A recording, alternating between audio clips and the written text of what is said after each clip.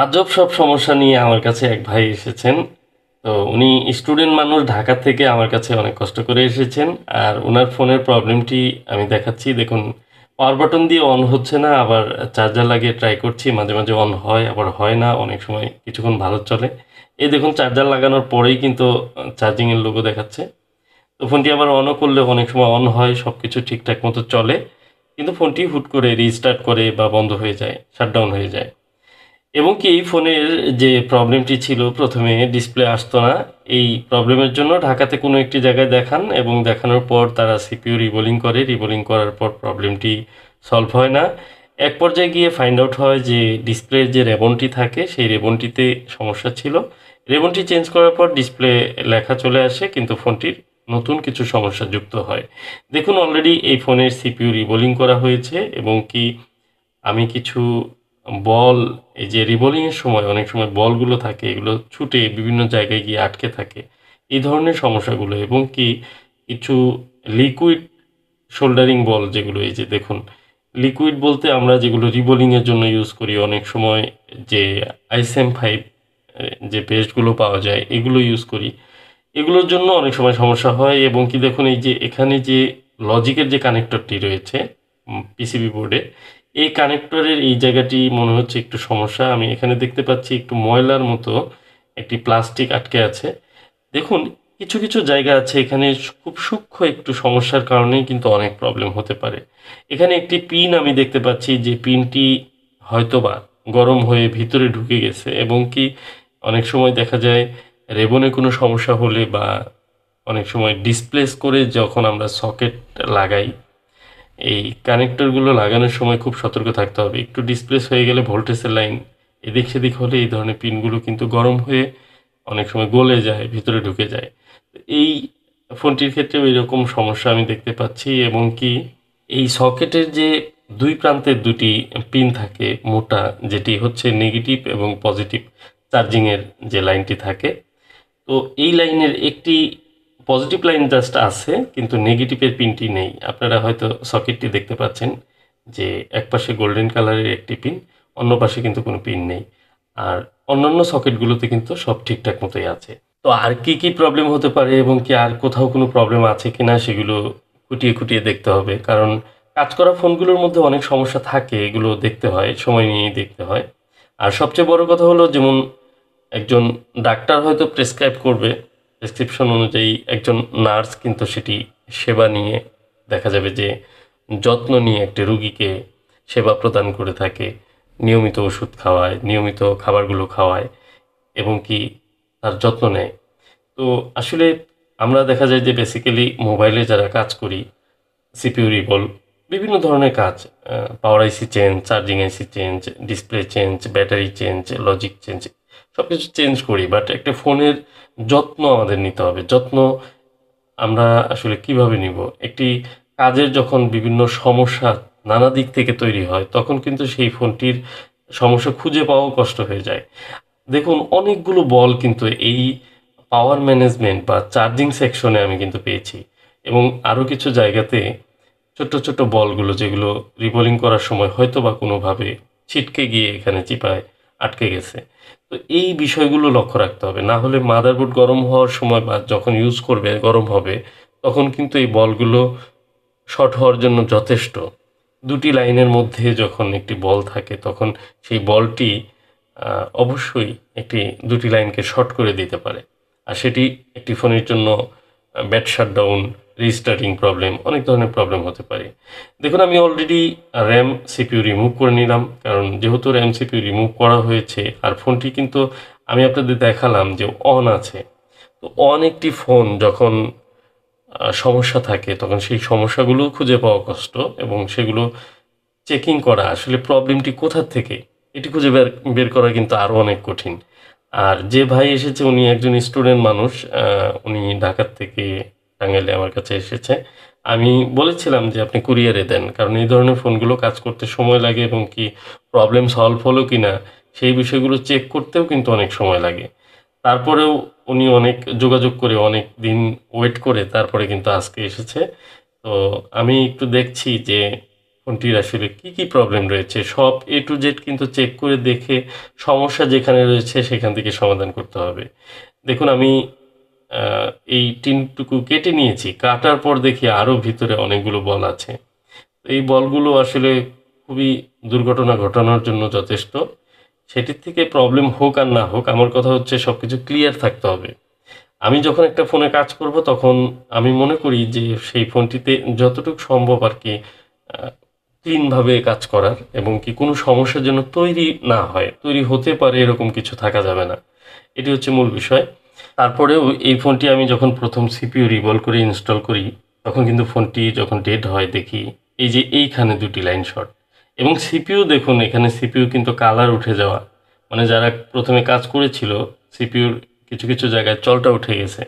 তো যাই হোক, তারপরেও যেহেতু ফোন রান আছে, এখানে বল দুটো শর্ট ছিল, একটু শর্ট ছাড়িয়ে দিলাম, আবার নতুন করে এটি ক্লিন করে তারপরে বল করে আবার ইনস্টল করব।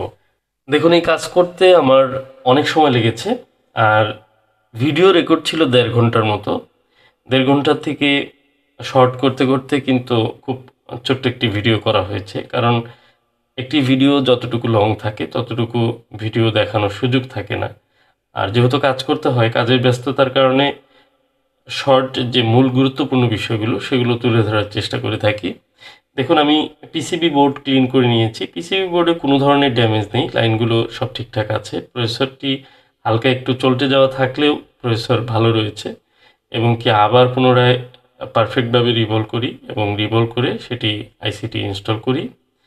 আর এই প্রসেসর ইনস্টল করার পর আমি ফোনটির যে প্রবলেমটি পাই যে সব ঠিকঠাক মতো চললেও ফোনটি যখনই কিছুক্ষণ ইউজ করা হয় ফোনটি কিন্তু গরম হয়ে আবার বন্ধ হয়ে যায়। গরম হওয়া বলতে দেখা যায় যে অ্যাম্পিয়ার শাটডাউন হয়ে যায়, লো অ্যাম্পিয়ার হয়ে।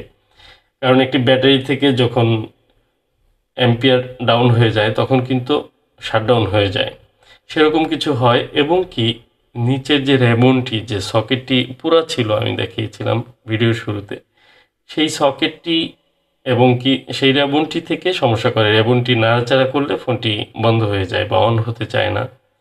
তো দেখুন চার্জিংয়ের যে সার্কিট, সেটি কিন্তু নিচে একটি সাব পিসিবির মধ্যে একটি সার্কিট রয়েছে, এবং যে সকেটটি রয়েছে, রেবনটি রয়েছে এবং ব্যাটারি, এই টোটাল সার্কিটটি মানে কমপ্লিট হতে যা যা লাগে, এখানে কোনো ফল্ট হলেও কিন্তু ফোনটি, তো আমি ফাইনালি ফোনটির সিপিইউ এবং র্যামটি খুব সুন্দরভাবে ইনস্টল করি, এবং কি এই সেকশনে আর কোনো প্রবলেম নেই এরকম নিশ্চিত হয়ে আমি ফোনটি ফিটিং করি। এরপর আমি দেখতে পাই যে ক্যামেরা আসছে না, মেইন ক্যামেরাটি আসছে না। তো মেইন ক্যামেরায় দেখতে পাই যে এক ধরনের রজন সকেটের মধ্যে লেগে থাকার কারণে যখন হিট দিয়ে কাজ করা হয়েছে সকেটের ভিতরে রজন ঢুকে একদম গলে যায়। তো এই যে বিষয়গুলো কাজ করার সময় সব সময় এগুলো কিন্তু খেয়াল রাখা উচিত, পুরো মাদারবোর্ডটি যেন ফ্রেশ থাকে। এই ছোটোখাটো সমস্যার কারণে কিন্তু পরবর্তীতে প্রবলেম হয়। তো পরে ফোনটি খুলি এবং সকেটটি দেখি যে ময়লা, সেটি ক্লিন করে দেওয়ার পর ক্যামেরাটি ঠিকঠাক মতো আসে। তো আগে যারা কাজ করেছিল তারা অ্যাকচুয়ালি হয়তো রজন দিয়ে কাজ করেছিল, এবং সেটি রজনগুলো বিভিন্ন জায়গায় লেগেছিল, বা পেস্ট টাইপের কিছু অনেক সময় দেখা যায় যে মাদারবোর্ডের সকেটে বিভিন্ন জায়গায় লাগে, আর লাগার কারণেই এগুলো কিন্তু ফল্ট হয়। তো এই জন্য সব কিছু একটু ক্লিন রাখার চেষ্টা করতে হয়। তো আমি যখন মাদারবোর্ডটি ফিটিং করার পর নেটওয়ার্কের প্রত্যেকটি কেবল সব ঠিকঠাক মতো কানেক্ট করি, এবং কানেক্ট করে দেখি যে এখানে যে পপ আপ ক্যামেরা রয়েছে, পপ আপ ক্যামেরার কিন্তু যে একটি স্ক্রু থাকে সেই স্ক্রুটি এই ফোনটিতে নেই, যে কারণে কিন্তু পপ আপ ক্যামেরার যে মোটর থাকে ভিতরে সেটি কিন্তু ঘুরছিল না। তো এই সমস্যাটি সমাধানের জন্য সেই স্ক্রুটি ম্যানেজ করি, এবং কি এই যে দেখুন ক্যামেরাটি আমি দেখতে পাচ্ছিলাম যে ক্যামেরা আসছে না। তো ক্যামেরার জন্য আমি প্রত্যেকটি ক্যামেরার লেন্স চেক করি এবং সেগুলোর জিআর চেক করি, সব কিছু দেখার পর দেখি ময়লা। তো ফাইনালি পরে লেন্সটি সকেটটি ময়লাটি পরিষ্কার করার পর ক্যামেরাটি কিন্তু ঠিক হয়। তো একটি কাজকে অনেক মানে অনেক ফন্ট খুলে যায়, একটি কাজের প্রবলেমের অনেক ফন্ট কিন্তু খুলে যায় শুধুমাত্র কাজের শুরুতে যদি আপনি গুছিয়ে কাজটি না করেন। তো এরপর এই ফোনটিতে ব্যাটারি এবং কি রেবন এগুলো সব কিছু চেঞ্জ করতে হয়েছে। তো তো একটি ফোনের যে প্রবলেমগুলো আসলে বিভিন্ন সাইট থেকে যখন প্রবলেমগুলো আসে তখন কিন্তু আমাদের সঠিক দিক নির্দেশনা সঠিক জায়গাটিতে আসলে পৌঁছানো খুব কঠিন হয়ে যায়। এই কারণেই শুরুতে যদি আমরা সঠিকভাবে সিদ্ধান্ত নিয়ে কাজগুলো শুরু করি তাহলে প্রবলেমটি কিন্তু সুন্দরভাবে ফিক্স করা যায়। তো এই ফোনের যিনি প্রথমে কাজ করেছেন বা এই ফোনের যে ওনার উনি কিন্তু অলরেডি রেবন কিনে নিয়ে এসেছেন, ডিসপ্লে রেবনটি। তো উনি মোটামুটি একটু অভিজ্ঞ, টুকটাক এই বিষয়ে নলেজ আছে, স্টুডেন্ট মানুষ। তো উনার যে বিষয়টি উনি হচ্ছে কনফার্ম ছিলেন যে ডিসপ্লের রেবনটি প্রবলেম ছিল, যে কারণে ওনার এই ডিসপ্লেতে লেখা আসতো না। তো এই যে সিপিইউ রিবোলিং করা হয়েছে বা অন্যান্য কাজগুলো করা হয়েছে এগুলো সম্পূর্ণ অহেতুক করা হয়েছে। আর কাজগুলো একদম পারফেক্ট থাকলে কোনো সমস্যা নেই। অনেক সময় আমরা অনেকটি দেখা যায় যে সিদ্ধান্ত নিয়ে ফেলি ভুল, যে যে কাজটি করেছি কিন্তু সেটি আসলে প্রবলেম ছিল না। কিন্তু সেই কাজটি যদি সঠিকভাবে করা হয় তাহলে কোনো সমস্যা নেই। তাহলে হয়তো ফোনটি আগের কন্ডিশনেই থাকবে। আর এই ফোনটির কিন্তু ব্যাটারিও চেঞ্জ করা ছিল। ব্যাটারি হয়তো কোনো সময় ফুলে গিয়েছিল। ফুলে যাওয়ার কারণে কিন্তু অনেক সময় রেবনে টান লেগে রেবনের সকেটগুলো ডিস্টার্ব হয়, অনেক সমস্যা হয়। লজিকের সকেটে ডিস্টার্ব হয়। এগুলো কিন্তু কমন বিষয়, অনেক ফোনেই হয়। তো এই সমস্ত বিষয়গুলো মাথায় নিয়ে কিন্তু কাজ করতে হয়। যা হোক, ফোনটি অবশেষে সবকিছু মিলিয়ে কমপ্লিট হয়েছে। আসলে দীর্ঘ সময় লেগেছে, ভিডিওটি শেয়ার করলাম। আপনাদের কেমন লাগলো আপনারা আপনাদের মতামত জানাবেন। আর এ ধরনের যে ফোনগুলো আছে অবশ্যই আপনারা কেয়ারফুলি আ দেখবেন এবং যারা ইউজার রয়েছেন তারাও ওরকমভাবেই কেয়ারফুলি দেখবে, এরকম কাউকে দেখাবেন। তো আজকের মতো বিদায় নিব। ভিডিওটি ভালো লাগলে চ্যানেলটি সাবস্ক্রাইব করে রাখতে পারেন। আসসালামু আলাইকুম।